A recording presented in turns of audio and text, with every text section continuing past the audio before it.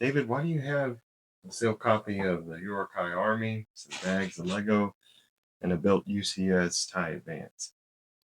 Well, to answer the question, we're going to be going over today something that took me a little bit to understand and to figure out when I was recollecting some of my Lego sets that I never did purchase or I wanted to purchase, you know, just didn't have the opportunity, or yes, even disposed of them. We'll talk about that later, maybe in another video. But how do you go about determining if you're getting a good deal? This is not a video about Lego investing or which sets you need to pick up to purchase.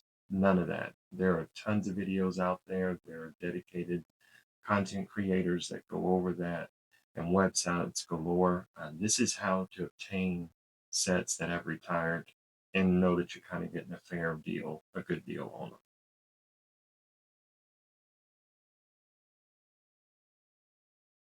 First thing that I would say that you need to do is you need to determine what type of Lego collector you want to be or are, or how you want to enjoy your collection.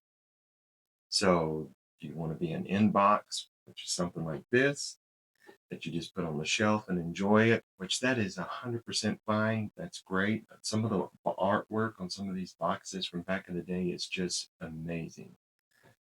The next type of collector is where I fall into. I'm a builder. Now, yes, you see some of the sets behind me that's still in box. That's backlog. I just haven't got it built yet. But I'm a builder. I truly enjoy building the set. The third type of collector that are enjoying your Lego collection that you kind of fall into is, I'd hate to say, but a mixture of both. You could be particular with like a theme that you just want to do in box. Let's just say the older Lord of the Rings stuff. You just don't want to touch it because of the brittle brown that goes for Pirates of the Caribbean as well. One of the sets that I would love to have would be the Silent Mary, but I am just not going to buy it because I want to build it. I know things are going to break. So you might do it with a particular theme. You might be half builder, half collector. But like I said, before you start looking about buying one of these retired sets, determine how you want to enjoy the set because that makes a world of difference when it comes to pricing it out. Determine what makes this set special. Now, on a lot of the play scale sets, it is going to be the minifigures. The minifigures are what's going to drive the value up on the set. You'll see it in different formats on eBay or Bricklink. You'll see selling 50 bucks, 60 bucks, no minifigures for like this set. With the minifigures, you're looking $200 or more. So the minifigures are one thing that drive a set up. The next thing you need to determine what's going to, when you're doing your set research, is are there any pieces that make this set more valuable? In other words, did they only make it in this one color? Did they make a particular piece only for a certain amount of time? Now, in the Helm's Deep, there's two pieces that are really expensive on the aftermarket. One of them is this little four stud high door that's in brown, dark brown. This set takes two of those. I'll show that up on the side. And on this side over here, it's this windscreen and this top portion here.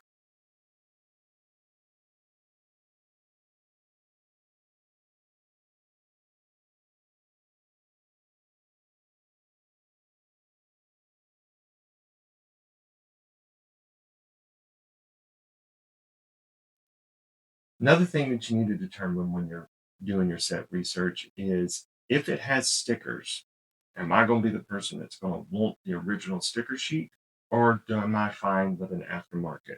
So if you look right here on the side, this is the original sticker for the UCS tie.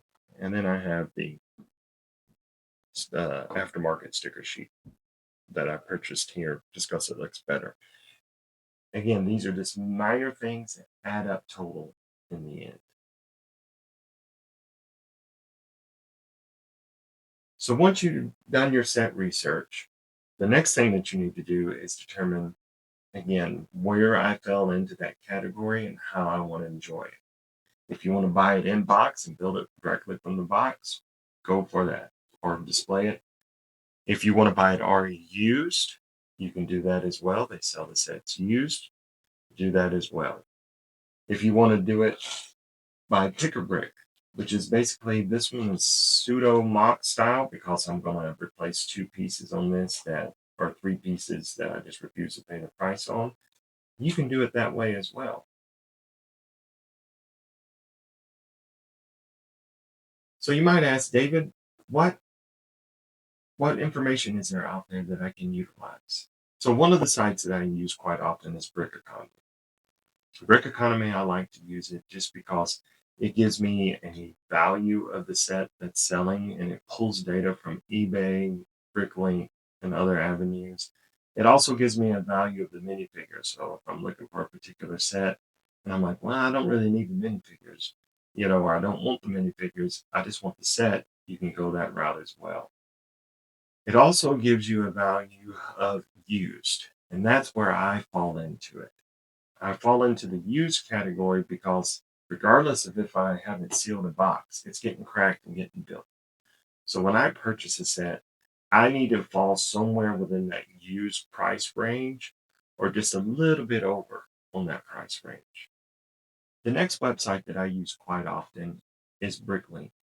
I use Bricklink just because that's where I can get online and order a lot of the pieces that might be harder to find. I might not be able to procure them at my local third party retailer or in a pickup bin somewhere. So I have to go somewhere that actually has dedicated shops that they've already sorted out the pieces and find it that way.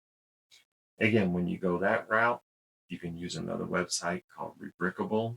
Rebrickable has pretty much all the instructions and part lists and things about the set. You can download that and you can have it uploaded into your Bricklink account. You can create a wanted list and then you can go through and itemize and determine which pieces that you want out of that wanted list, or you want to delete or keep, including the minifigures or no minifigures, box, and instructions as well. Once you get all that done, say in Bricklink, I will say just be careful on the Bricklink on two things. One, if you're ordering a set that has brittle brown, white, dark brown, dark red, or even gold, go ahead and check new on the condition on those pieces. It'll save you a lot of trouble in the end.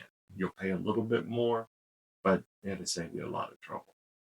The next thing is you need to make sure when you hit your cart, you need to see how many different individual sellers you're buying from. When you do that, you're going to have to pay shipping for each of those.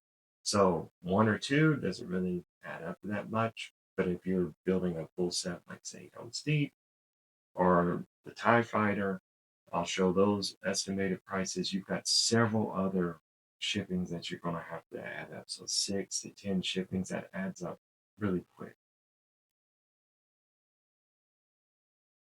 So once I've determined all of that, the stores that I go for, like I said, I'll go to eBay and see what people are selling the sets for. I'll go to Bricklink and see what they're selling the sets for. And then I'll go to my local area places, even Facebook Marketplace and other avenues to procure the set that I want. Again, we're not going for the great deal. Great deals, they're no longer out there. I mean, maybe once or twice you might find somebody selling them at a yard sale, but good deals are what we're looking for. It's all kind of like car shopping. You know you're not going to get the great deal when you go in and buy your vehicle, but you don't want to get screwed in the end as well. So you want to find a happy medium and determine a good price where you feel that you get a good deal and the seller's getting a good deal. And that's basically what we're trying to do here. We want to get a good deal for the product that we're looking for. So be patient. Good deals are still out there to be had. Just to point out one, I got this one sealed in box for $213. I got this one for $400 used. And then for the picker brick for Helm's Deep, mind you, I swapped out those three pieces. But for the picker brick with no minifigures, I got it for $160 from Lego. I hope this helps and shows in some insight on how I kind of determine this. If you have any questions, please leave them in the comments. I'll respond. It's a little intimidating, but you'll get used to it after the first few times. Again, thank you for tuning in. Please like and subscribe. Until next time.